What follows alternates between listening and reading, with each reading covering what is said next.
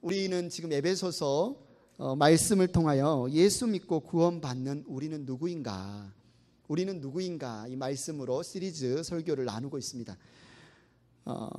우리는 누구일까요? 우리 에베소서를 통해서 살펴보았던 우리는 누구인가 한번 다시 한번 쭉 되짚어 볼까요? 에베소서 2장 19절입니다. 같이 보겠습니다. 그러므로 이제부터 여러분은 외국 사람이나 나그네가 아니요 성도들과 함께 시민이며 하나님의 가족입니다. 우리는 누구입니까? 하나님의 가족입니다. 에베소서 4장 3절입니다. 성령이 여러분을 평화의 띠로 묶어서 하나가 되게 해 주신 것을 힘써 지키십시오. 우리는 누구입니까? 성령께서 하나가 되게 해 주신 사람들입니다.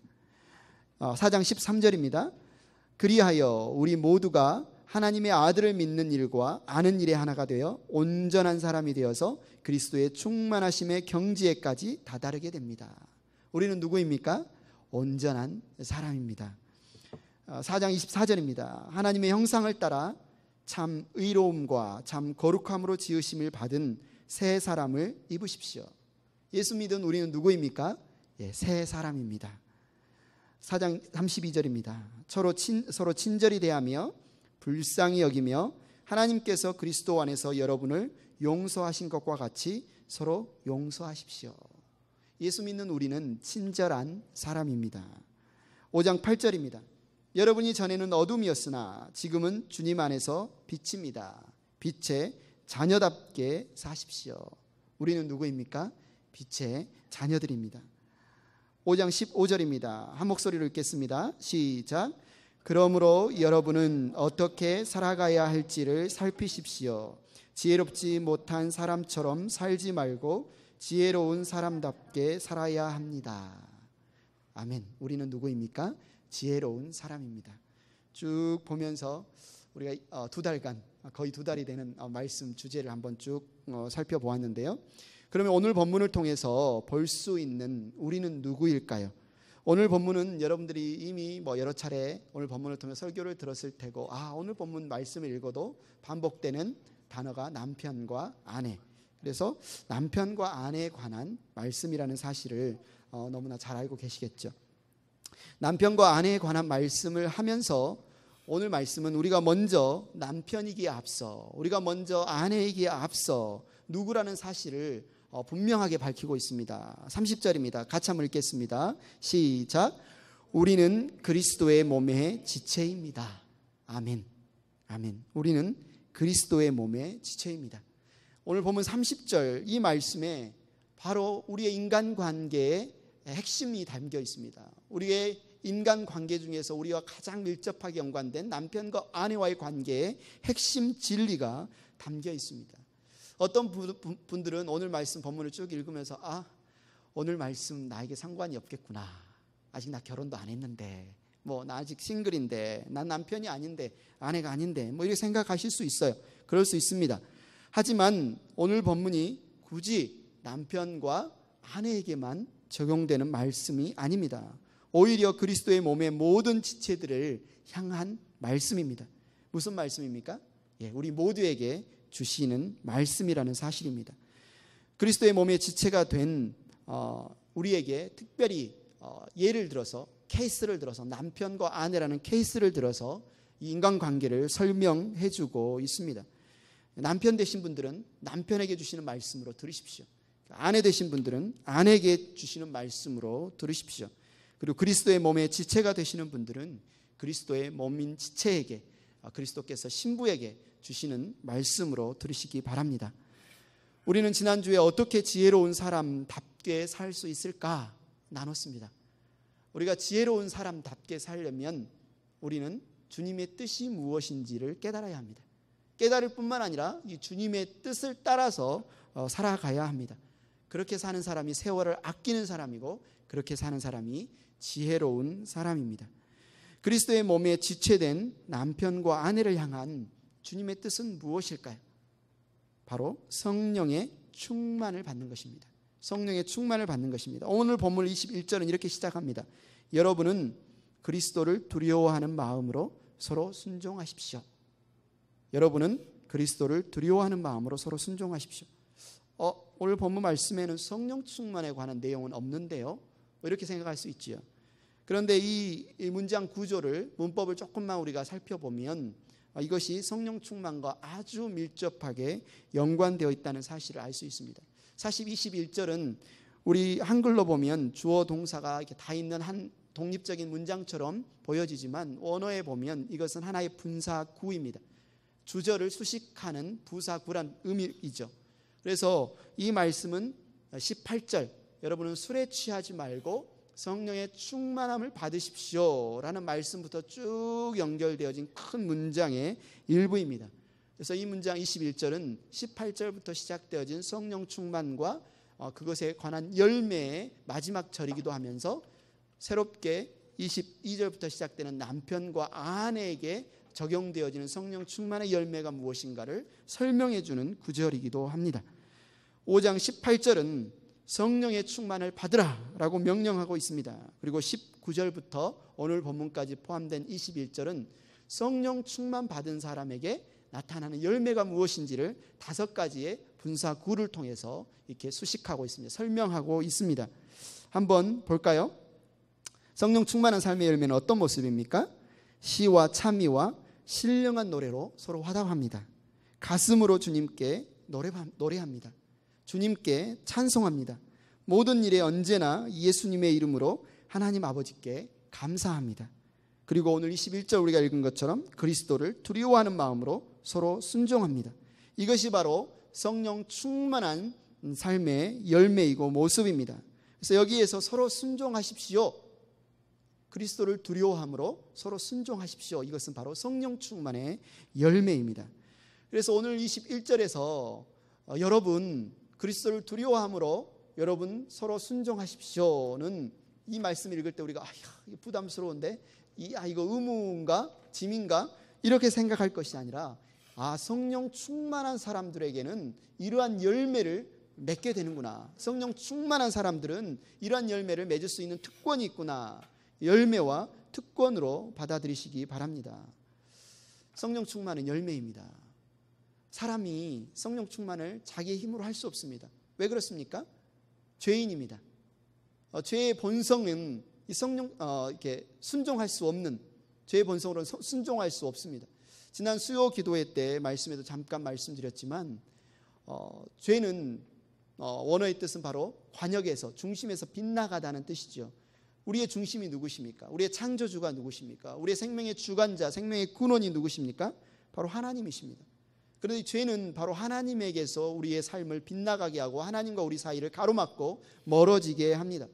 하나님 우리의 생명의 근원이신데, 하나님이 우리의 왕이시고 하나님이 우리를 다스리시는 분이신데, 이 죄는 우리 자신이 왕인 것처럼 착각하게 만듭니다. 우리 자신이 중심인 것처럼 착각하게 만듭니다. 내가 왕인 사람이, 내가 중심인 사람이 어떻게 다른 사람에게 머리를 숙이고 다른 존재에게 순종을 할 수 있겠습니까?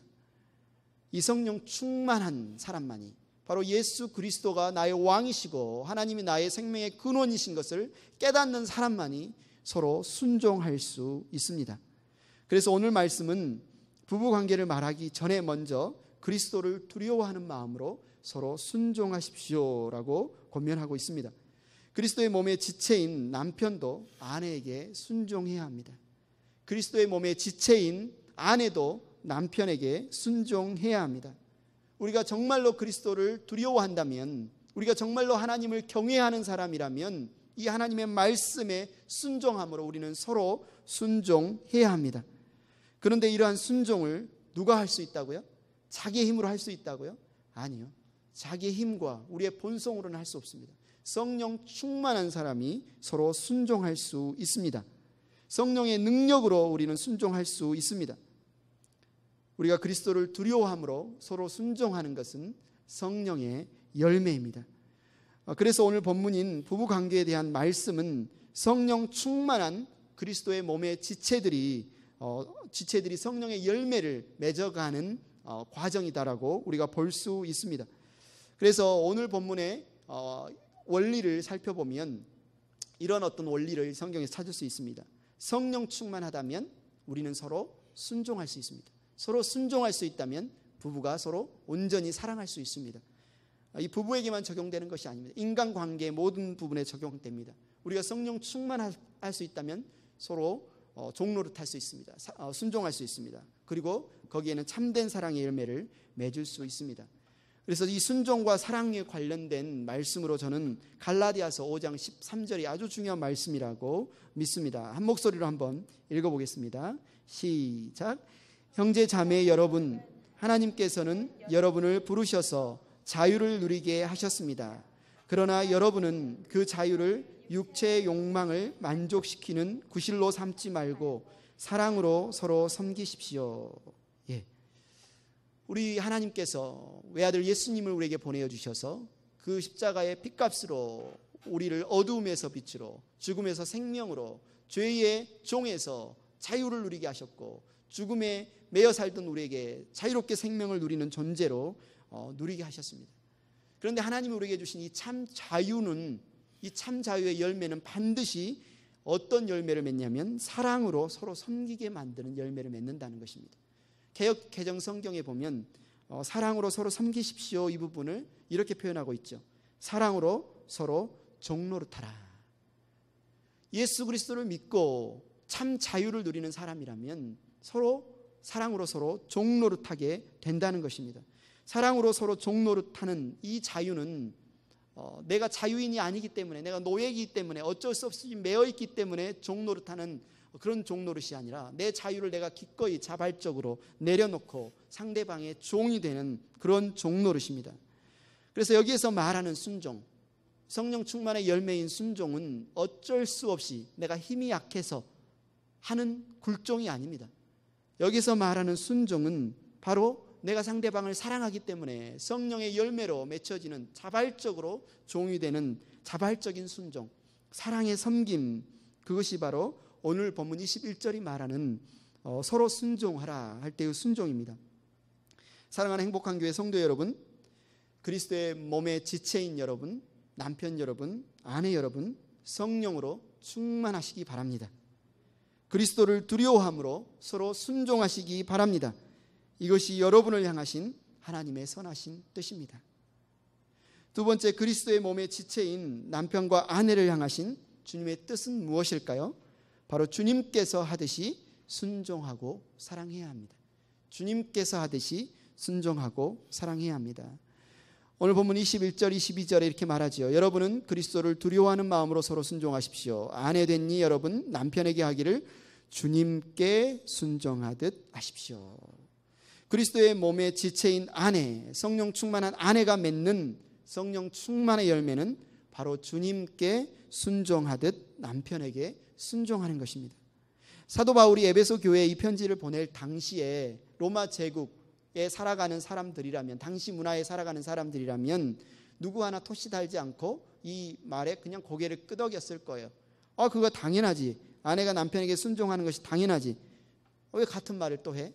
당시 문화 자체가 그런 문화였죠.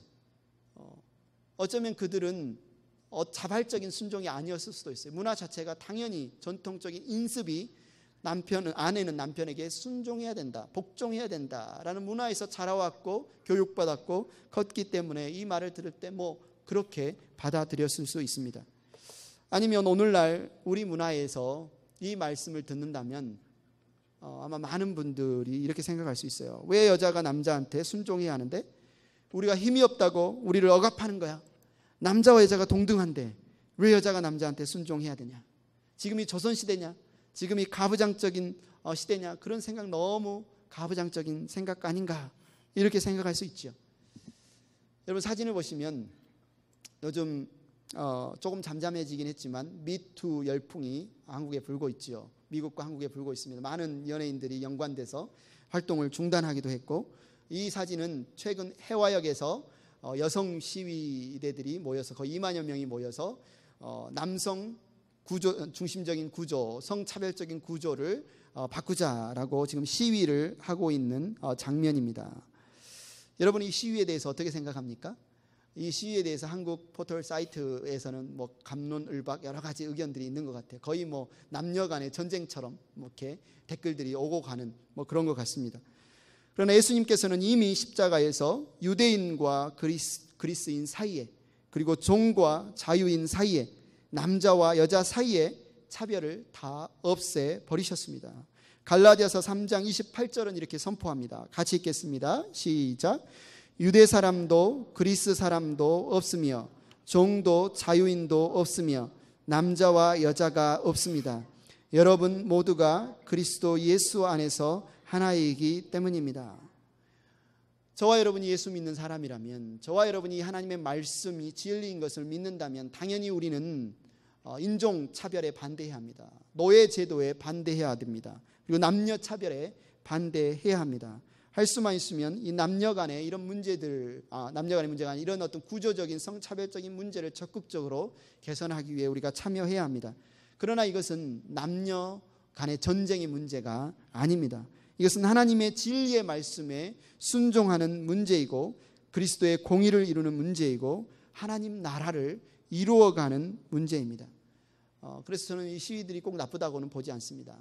그러나 만약 제가 그 앞에 가서 누군가에게 아내된 여러분, 남편에게 하기를 주님께 하듯 순종하십시오 라고 말했더니 저에게 반감을 가지면서 야, 그런 남존여비적인 그런 구시대적인 발상이 어디 있느냐라고 반감을 갖고 이 주장을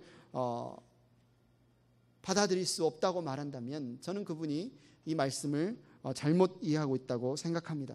그리스도의 몸의 지체인 저와 여러분, 이 시대를 살아가고 있는 저와 여러분, 이 말씀을 우리는 어떻게 받아들여야 될까요? 어떻게 받아들이고 어떻게 이해하고 해석해야 할까요?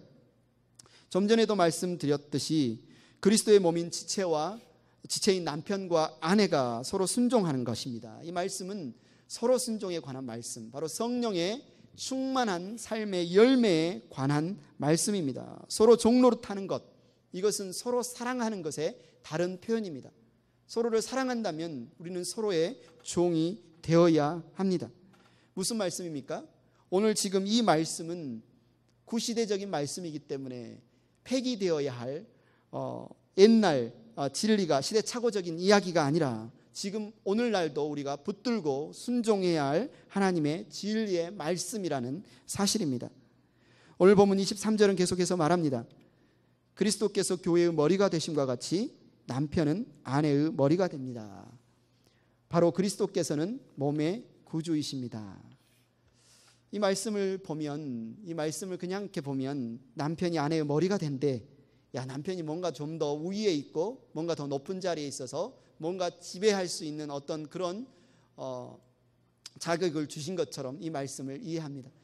아마 2년 전에 제가 이 본문으로 말씀을 했고 이 본문으로 설교를 들은 다음에 목장 모임에 갔더니 아내분들이 이해하는 말씀의 이해와 남편분들이 이해하는 말씀의 이해가 서로 막 달라서 야, 목사님 말씀하셨지 않느냐, 내가 머리야 막 하면서 이렇게 하기도 하고, 또 아내분들은 야, 서로 순종하라고 했는데 왜 그래 막 하면서 막 그런 논란이 있었던 적이 있습니다.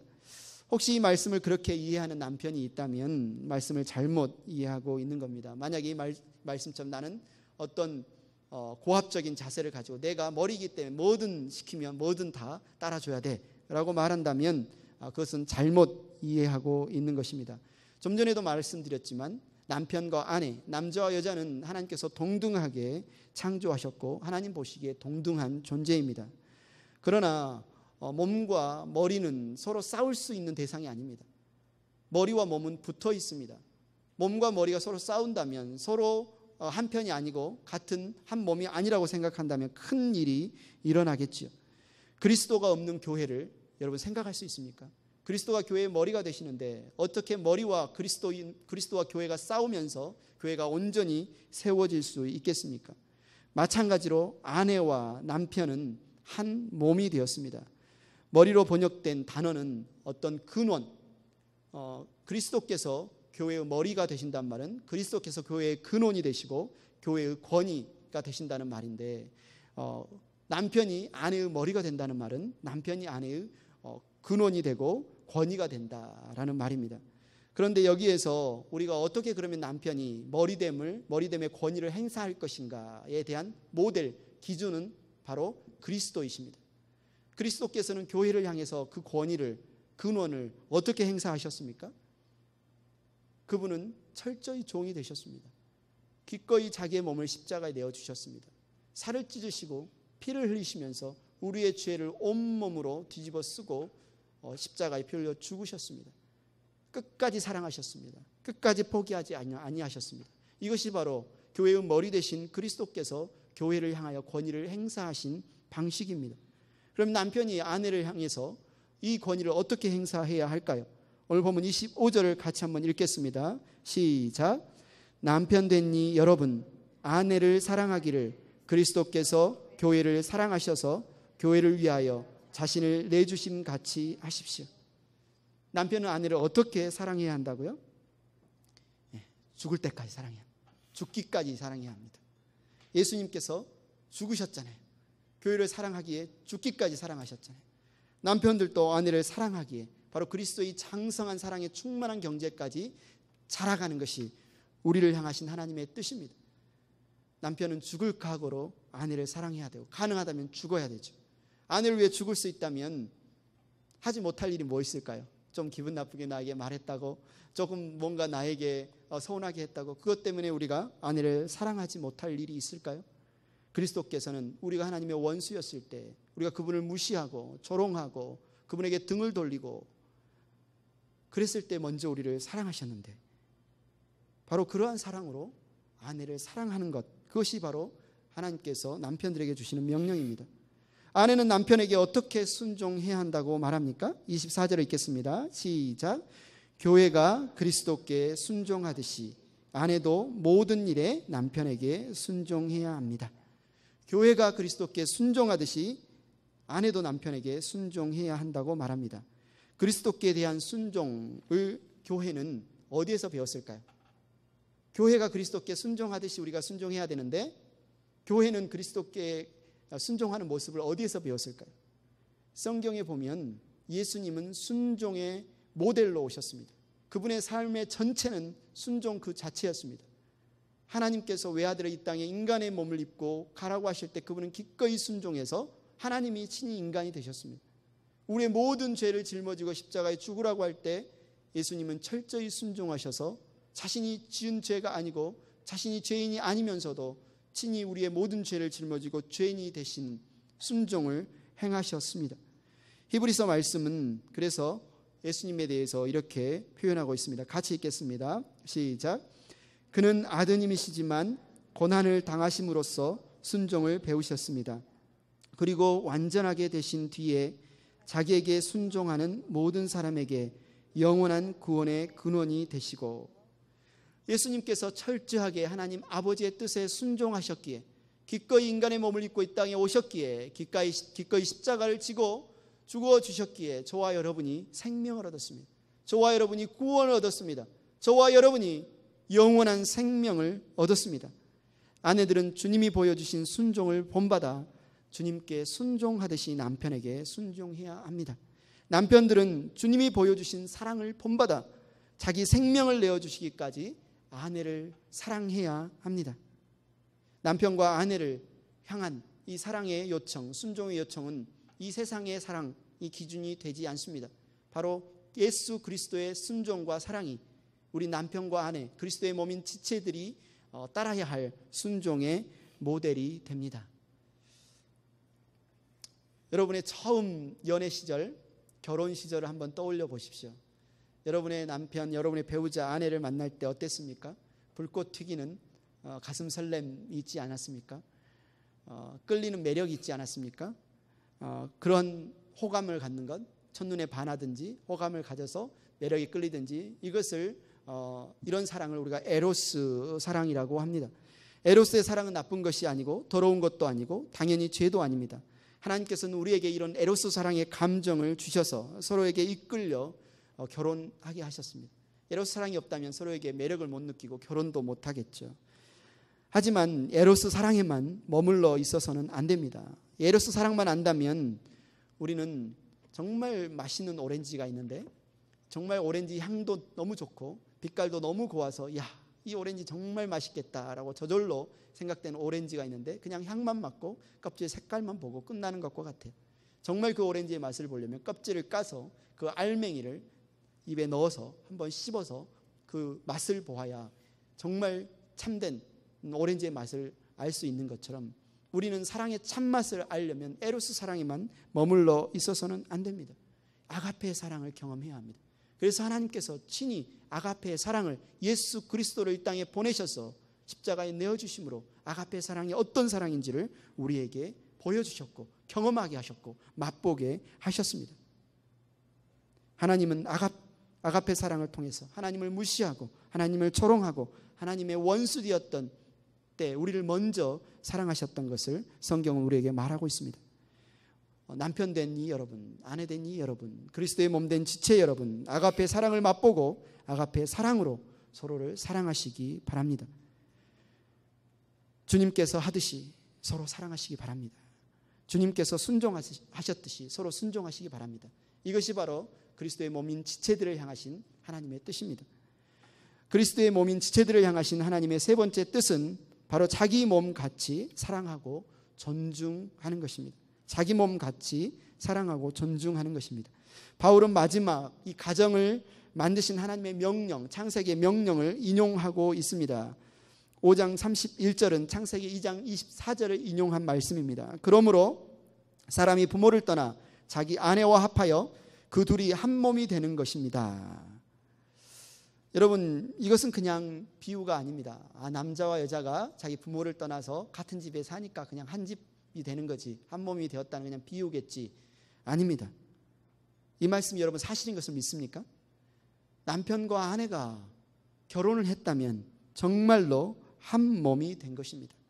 이것이 하나님께서 우리에게 주신 이 결혼의 중요한 비밀입니다.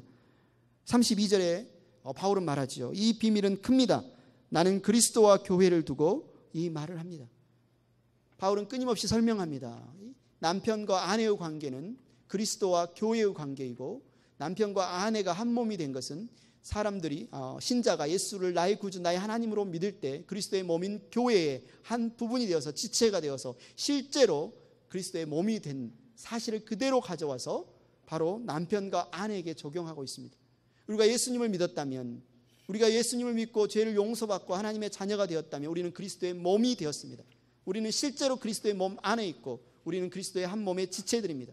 마찬가지로 남자와 여자가 부모를 떠나서 결혼을 해서 가정을 이뤘다면 그들은 실제로 한 몸이 된 것입니다. 따로따로가 아닙니다. 남남이 아닙니다. 적과의 동침이 아닙니다. 바울은 오늘 본문에서 남편과 아내 관계를 그리스도와 교회의 관계로 설명하고 있습니다. 그리스도와 교회를 신부로 취할 때 교회는 그리스도의 몸이 되었습니다. 마찬가지로 부부가 연합하여 결혼할 때 온전한 한 몸이 되었습니다. 그래서 5장 33절은 그러므로, 부부가 결혼할 때 한 몸이 된 것과 같이 그러므로 라는 말씀을 가지고 33절의 말씀을 우리에게 권면하고 있습니다. 같이 읽겠습니다. 시작. 그러므로 여러분도 각각 자기 아내를 자기 몸 같이 사랑하고 아내도 자기 남편을 존중하십시오. 무슨 말입니까? 왜 우리는 자기 아내를 자기 몸 같이 사랑해야 합니까? 왜 우리는 자기 남편을 자기 몸같이 사랑해야 합니까? 왜 우리는 지체들을, 예수님을 믿는 형제 자매들을 내 몸과 같이 사랑해야 합니까? 왜냐하면 실제로 내 몸이기 때문에 그렇습니다. 실제로 나와 한 몸이기 때문에 그렇습니다. 자기 몸을 사랑하지 않고 자기 몸을 존중하지 않는 사람을 우리가 어떻게 건강한 사람, 정상적인 사람이라고 할 수 있습니까? 길을 걷다가 다리가 베어서 피가 막 흐르고 있는데 야, 저 다리는 내 다리 아니야 라고 약도 발라주지 않고 치료하지 않는 사람을 어떻게 생각하겠습니까? 온몸이 지금 영양실조로 삐쩍 말라가고 있는데 밥 먹는 거 내일 아니야 라고 전혀 밥을 먹지 않는다면 이걸 어떻게 여러분 설명하겠습니까? 남편과 아내, 그리스도를 믿는 형제 자매들은 한 지체입니다. 한 몸입니다. 그래서 아내를 사랑하는 것은 곧 나를 사랑하는 것이고, 남편을 존중하는 것은 곧 나를 존중하는 것이고, 그리스도의 몸인 지체들을 사랑하고 존중하는 것은 곧 나 자신을 사랑하고 존중하는 것. 그것이 바로 하나님께서 주신 이 몸된 교회의 비밀입니다. 가정은 하나님께서 가장 먼저 창조하신 인간을 위한 제도입니다. 창세기 2장 18절에 가정이 시작될 때 그 이유에 대해서 하나님이 이렇게 말씀하셨습니다. 주 하나님이 말씀하셨다. 남자가 혼자 있는 것이 좋지 않으니 그를 돕는 사람 곧 그에게 알맞은 짝을 만들어 주겠다. 하나님은 돕는 사람으로 남편과 아내를 서로에게 주셨습니다. 인간은 가정이란 제도 안에서 하나님의 이 은혜, 서로 도움을 받는 이 은혜를 누구나 누리고 있습니다. 하지만 이 가정을 향하신 하나님의 이 선하신 뜻, 온전한 은혜를 풍성하게 누리기 위해서는 남편이든 아내든 모두가 다 그리스도 안에 있어야 합니다. 그리스도 안에 있는다는 말은 예수님을 나의 구주로 믿고 나의 하나님으로 믿는 그리스도 안에서 하나님의 은혜를 경험하는 사람이어야만 온전히 교회와 그리스도의 사랑과 순종의 관계를 이해하고 경험할 수 있을 뿐만 아니라 실제 가정 가운데 부부 사이에 온전한 이 순종과 사랑의 은혜를 누릴 수 있기 때문에 그렇습니다. 그래서 오늘 말씀을 들으면서 믿지 않는 배우자를 가지신 분들은 마음이 많이 아프실 수 있습니다. 오늘 말씀이 오히려 마음속에 고통과 낙심으로 다가올 수도 있습니다. 그러나 저는 여러분에게 권면합니다. 오늘 말씀을 고통과 낙심의 말씀으로 보지 마시고 소망이 되는 말씀, 그리고 붙들고 기도할 말씀으로 붙드시기를 축복합니다. 무엇이 소망이 될까요? 아직 남편이 믿지 않고 온전히 하나님의 사랑을 알지 못하고 그래서 온전히 이 영적인 진리를 함께 나눌 수 없는 이 현실 앞에 우리가 가질 수 있는 소망은 무엇일까요? 바로 예수 그리스도가 소망입니다. 예수 그리스도가 소망입니다. 내 남편, 내 아내가 소망의 근거가 될 수 없습니다. 다른 말로 하면 우리 가정의 절망, 아픔, 답답함의 문제가 내 남편, 내 아내가 아니라는 것입니다. 우리는 그렇게 생각하죠. 내 남편이 그렇게 하지 않기 때문에, 내 아내가 이렇게 하지 않기 때문에 남편과 아내에게 부부관계에 어려움과 원인이 있다고 생각하지만 성경은 그렇게 말하지 않습니다. 무엇이 부부관계, 가정문제의 원인입니까? 바로 자기중심적인 죄, 죄가 모든 문제의 원인입니다. 남편 자체가 문제가 아니라, 아내 자체가 문제가 아니라 그가 가지고 있는 그 죄가, 우리가 가지고 있는 그 죄가 모든 것의 문제입니다. 바로 성령 충만하지 않고 술에 취한 것이 모든 것의 문제입니다. 남편이 문제가 아니라면, 아내가 문제가 아니라면, 예수 그리스도가 소망이라면 이 문제를 어떻게 해결할 수 있을까요? 바로 예수 그리스도를 믿음으로 해결할 수 있습니다. 남편을 바꾸고 아내를 바꿈으로써가 아니라 바로 그가 예수 그리스도를 믿음으로써 그리스도의 몸의 지체가 됨으로써 믿는 자에게 주시는 성령을 받음으로써 이 문제가 해결될 수 있습니다. 사랑하지 않는 남편, 사랑하지 않는 아내와 결혼이라는 굴레 때문에 어쩔 수 없이 한 지붕 밑에서 살고 있다고 생각하시는 분 계십니까? 용기가 없어서 헤어지지 못하고 있다고 생각하시는 분이 계십니까? 자식들 생각해서, 자식들 때문에 겨우겨우 참고 있다고 생각하시는 분 계십니까? 한때는 뜨거웠던 그 사랑이 이제는 다 식어버려서 옛날을 그리워하면서 탄식하시는 분 계십니까? 더 이상 이제 나아질 것이 없다고 체념하시는 분 계십니까? 아닙니다. 여러분의 생각이 틀렸습니다. 우리에게는 예수 그리스도가 계십니다. 주님의 복음이 우리를 새 사람으로 만들 수 있습니다. 주님의 복음이 우리를 뒤덮고 있는, 우리의 가정을 뒤덮고 있는 어두움을 몰아낼 수 있습니다. 주님의 복음이 부부를 서로 친절하게 대하며 불쌍히 여기며 서로 용서하게 만들 수 있습니다. 주님의 복음이 그리스도의 몸의 지체로 온전히 하나 되게 만들 수 있음을 여러분 믿으시기 바랍니다. 마지막으로 사도 베드로의 권면을, 말씀을 한 목소리로 읽겠습니다. 아내가 됐니 여러분, 이와 같이 여러분은 자기 남편에게 순복하십시오. 그리하면 비록 말씀에 복종하지 않는 남편일지라도 말을 하지 않고도 아내 여러분의 행실로 말미암아 구원을 얻게 될 것입니다. 제가 매주 목요일 날 믿지 않는 남편들을 위해서 열심히 눈물로 기도하고 있기 때문에 이 말씀은 지금 아내된 분들에게만 주시는 말씀이 아니라 곧 저에게 주는 말씀입니다. 제가 이 말씀을 붙들고 소망을 갖고 여러분들을 위해서 기도하고 있다는 사실을 여러분 잊지 마시고 목요일에 같이 기도하는 분들이 있음을 기억하시기 바랍니다. 그리스도의 몸의 지체 여러분, 그리스도의 몸의 지체인 남편 여러분, 그리스도의 몸의 지체인 아내 여러분, 성령 충만을 받으십시오. 성령의 능력으로 주님께 하듯이, 주님께서 하였듯이 서로를 사랑하고 서로를 순종하십시오. 우리는 남남이 아닙니다. 우리는 따로따로가 아닙니다. 우리는 한 몸입니다. 자기 몸인 아내를, 자기 몸인 남편을, 그리스도의 한 몸된 지체들을 온전히 사랑하고 존중하는 저와 여러분들 되기를 축원합니다.